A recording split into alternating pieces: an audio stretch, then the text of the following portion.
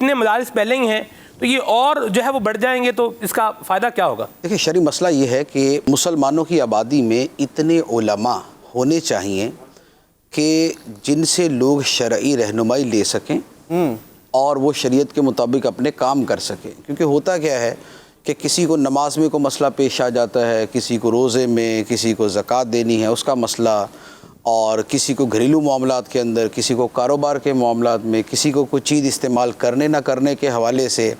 اچھا پھر آج کے زمانے میں جب کہ دنیا گلوبل ویلیج ہے کہ جو چیز امریکہ کے اگلے کنارے پہ ہے وہ پاکستان کے اندر بھی موجود ہے، یا کم از کم ہم اس کو دیکھ سکتے ہیں، اس پر کوئی ہم کام کر سکتے ہیں. آن لائن بزنس کی وجہ سے اب پوری دنیا کا یہاں بیٹھا بندہ ساری زندگی امریکہ میں کاروبار کرتا رہے تو کر سکتا ہے.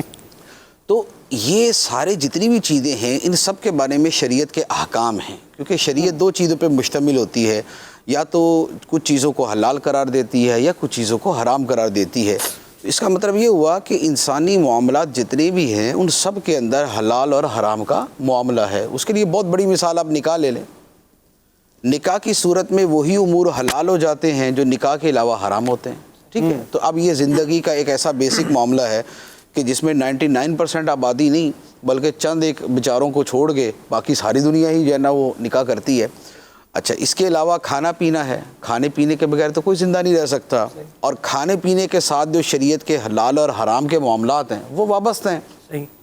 کیا چیزیں حلال ہیں کیا حرام ہیں. اچھا پھر بغیر کمائی کے تو بندے کو کھانے کو نہیں ملتا، تو اب کمائی کے اندر کون سا طریقہ حلال ہے کون سا حرام ہے. تو انسان کی جو زندگی ہے اس میں ٹوٹلی جتنے بھی معاملات ہیں ان سب کے ساتھ حلال اور حرام کا تعلق ہے. تو اب لازمی بات ہے کہ اس کے لیے اسے وہ بندہ چاہیے کہ جس سے یہ مسائل پوچھ سکے. یا تو یہ ہے کہ ہر بندہ خود ہی اتنے مسائل سیکھ لے، لیکن عملی طور پہ ایسا ہوتا نہیں ہے، اور بظاہر ایسا ہو بھی نہیں سکتا کہ تمام مسائل سیکھ لے. ضرورت کے مسائل سیکھ بھی لے تو لیکن روٹین سے ہٹ کر جو پیش آئے گا وہ کسی سے پوچھنا ہی پڑے گا. تو اب چونکہ مسلمانوں کو اللہ کے حکام پہ عمل کے لیے اور اپنی آخرت کے لیے اور حلال و حرام کے فرق کے لیے ایسے لوگوں کی حاجت ہے کہ جو ان کو یہ مسائل بتا سکیں، اور یہ لازمی بات ہے اتنی تعداد میں ہونے چاہیے جتنی تعداد کی آبادی ہے.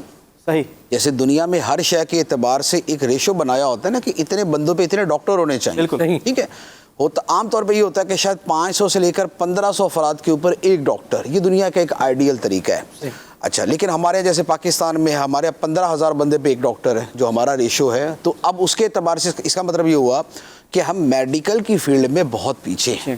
اگر ہمیں آئیڈیل اس پہ لیول پہ آنا ہے تو اس کا طریقہ یہ ہے کہ ہمارا ہر 1500 بندوں پہ ایک ڈاکٹر ہو. اچھا اسی طرح ہر چیز کے اندر ایک ریشو رکھا جاتا ہے. آپ نے دیکھا ہوگا کہ جہاز کے اندر جو سٹاف ہوتا ہے، جو کریو ہوتا ہے، تو اس کا ایک طریقہ ہے نا کہ بھئی ایک جہاز کے اوپر 50 بندے، 48 بندے یہ آئیڈیل ہے. 48 کا مطلب یہ نہیں ہے کہ 48 بندے اس کے اوپر سوار ہو، پھر پورا سٹاف شمار کر کے نا جو سول ایویشن کے افراد پورا ایک سسٹم ہوتا ہے. لیکن اوسط کیا نکلتی ہے 50 آدمی ایک جہاز کے اوپر. اس سے کوئی نیچے لے آئے تو وہ زیادہ کما لے گا. لیکن جیسے ہمارے ہاں بہت ساری خرابیوں کے اندر ایک خرابی یہ بیان کی جاتی ہے کہ ہمارے ایک جہاز کے اوپر 250 بندہ ہے. اس کا مطلب یہ ہوا کہ 200 بندوں کو زیادہ تنخواہ دے رہے ہیں تو پروفٹ سارا آپ کا نکل گیا.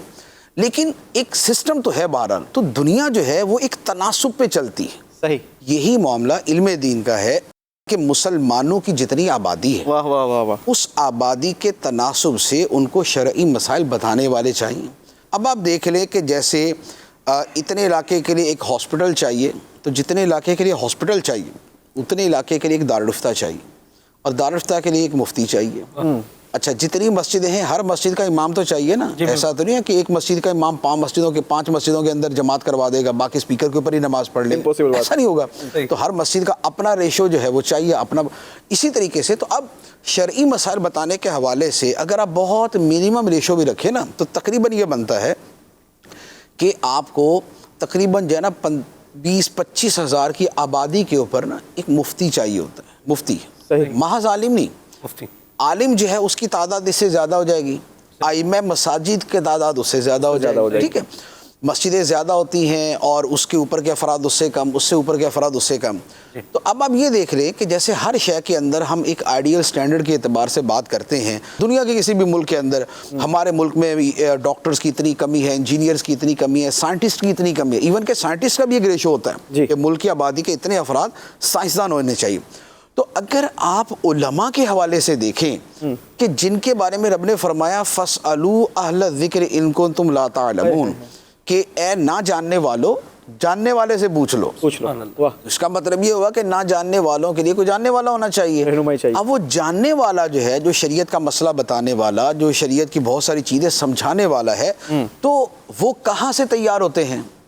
تو معذرت کے ساتھ اسکول کالج یونیورسٹی سے تو وہ تیار نہیں ہوتے کہ جن سے لوگ شریعت کے مسائل پوچھیں. جی وہ اپنے جو ان کے کام ہے اس کو پورا کر رہے ہوتے ہیں، اپنی فیلڈ کے ماہر ہوتے ہیں، اپنی فیلڈ کے اندر ہوتے ہیں نا. لیکن مسلمان کے تو دین کے اندر، اس کی زندگی کے اندر شریعت کا، دین کا، اسلام کا، اللہ رسول کے احکام کا ایک بہت بڑا پورشن ہوتا ہے، بہت بڑا حصہ ہوتا ہے.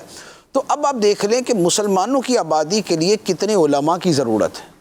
تو اب علماء تیار ہوتے ہیں مدارس سے، مدارس ہوں گے تو علماء تیار ہوں گے، ورنہ انفرادی طور پہ تو دو چار کر کے تیار ہوگے تو ہوگے، باقی اللہ خیر صلی اللہ. تو لہذا اتنی بڑی تعداد جو چاہیے علماء کے حوالے سے، وہ پروڈکشن آپ کو ملنی ہے مدارس سے.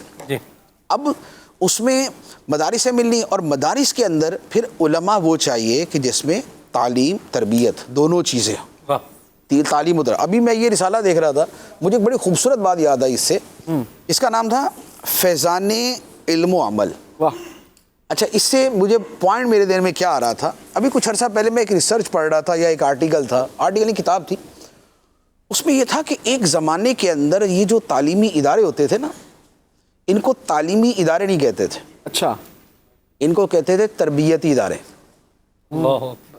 دار التعلیم نہیں ہوتا تھا، دار التربیت ہوتا تھا، یا دار التعلیمی و تربیت ہوتا تھا.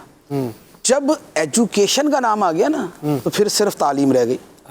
صرف تعلیم رہ گئی تو اس میں سے عمل نکل گیا.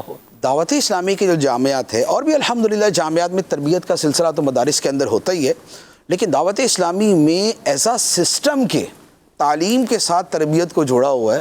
تو جو ہمارے ہاں علماء کی تیاری ہے، اس میں تھیوری، پریکٹیکل، علم، عمل، علم نافع، یہ ساری کی ساری چیزیں ساتھ چل رہی ہوتی ہیں. تو ہمارے جتنے جامعات زیادہ ہوں گے، اتنے ہی علم نافع والے، اتنے ہی علم و عمل والے، اتنے ہی تعلیم و تربیت والے افراد زیادہ ہوں گے. جتنے تعلیم و تربیت والے زیادہ ہوں گے، معاشرے کو اتنا زیادہ فائدہ ہوگا.